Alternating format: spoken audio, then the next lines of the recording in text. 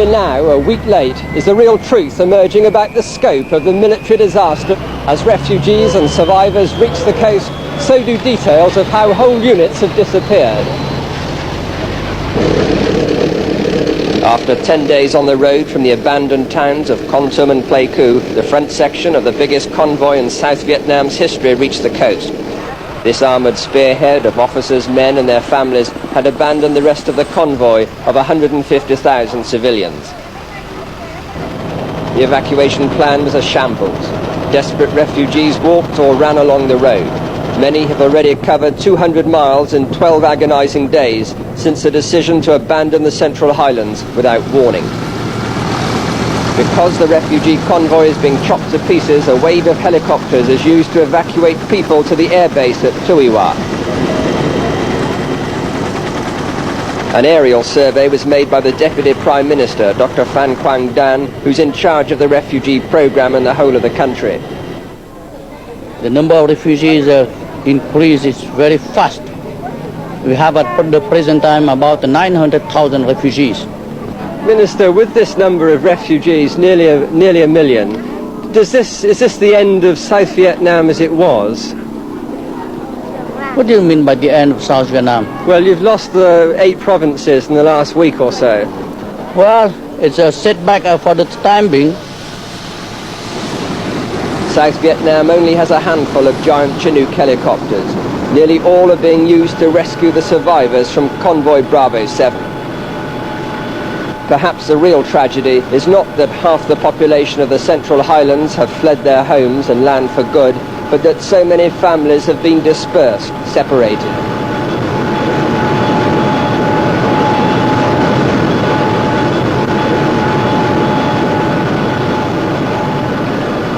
"24 hours ago, this was the busiest road in what was left of South Vietnam, choked with tens of thousands of refugees pouring down it towards the capital from Bin Hoa base just 15 miles away. Now it's completely deserted. In the last few hours, the Communist Army has seized the other side of Bin Hoa Bridge and is on the very doorstep of Saigon. The gravity of the situation is underlined by the arrival of the paratroops, the best soldiers in South Vietnam's emasculated army. With shots whistling around, the South Vietnamese start evacuating their ammunition dump beside the bridge, in case it takes a direct hit. A stray rocket sets off a fuel storage depot on the side of the river held by the communist troops. The shooting is starting to intensify.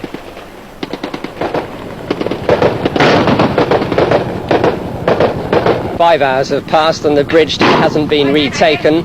It's presumed that the Communists and North Vietnamese of Viet Cong are dug in foxholes on the other side of the riverbank, and this is a very humiliating day for the South Vietnamese army, and we're hoping that this is the very last battle outside Saigon.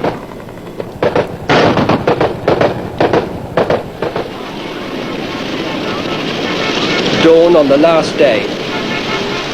The last helicopter came in for a handful of US Marines, a humiliating end to the American presence. We tried to show our neutrality, the fact that we were not Americans, by fixing a Union Jack to our hired car. Most Vietnamese were fully engaged in plunder.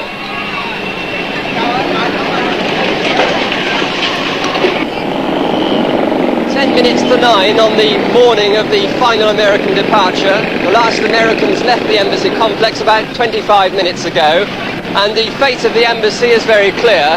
It's now being systematically looted from floor to floor, and part of the building has been set on fire. The Fire Brigade was one of the few functioning institutions with officers who had stayed at their jobs.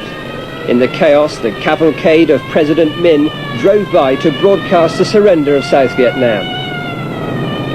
A former GI appeared, distraught after 5 fruitless days looking for his Vietnamese wife. Half chopper's gone, I think.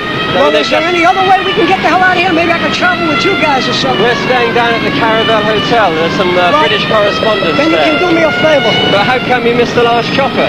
I was at these people's house. It was curfew. You understand? Yeah. No. I've got tickets for the 2 kids. I've got some, papers for these people. They're Vietnamese. They're Vietnamese, but they're with me, and it means a lot to some other Vietnamese people back home. Can you do me a favor? If I can stay with you guys and get these 2 children with me? Yeah, And sure. and You've got some money for the hotel and so on. I'll get somebody. Sounds like an incoming rocket. We better get out. Okay. Such were the final moments of blind panic. Personal survival first. The lack of concern for the weakest and the helpless was never more apparent. A handful of government tank crews and troops lingered at their positions, unaware of how fast the communists were advancing. One soldier was to die at this spot within the hour, after hearing the surrender broadcast. With the panache of a General Patton, the first North Vietnamese tank swept into Saigon. The last will and testament of Ho Chi Minh was being fulfilled. The people of Saigon tried to react as if they all felt this was liberation. The conquering tanks burst straight into the presidential palace. For the 4th time in a month, the presidential palace had new occupants, but these had come to stay. Inside, General Minh, president for only 36 hours, awaited the communist generals. It was time for President Minh's farewell to the palace, a man who had no option but to surrender Saigon or risk its destruction.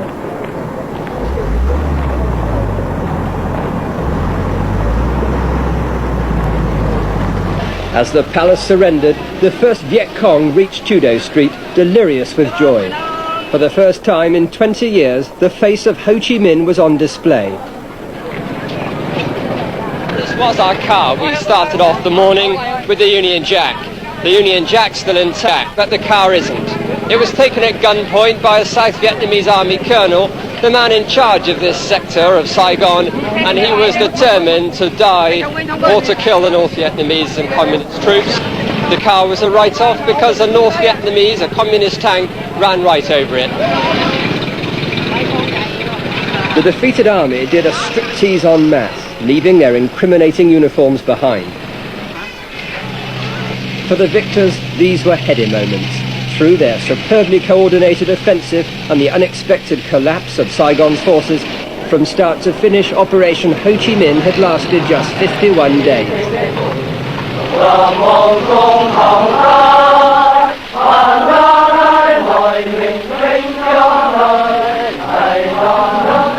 Christ was born across the sea with a glory in his bosom that transfigures you and me. As he died to make men holy, let us die to make men free.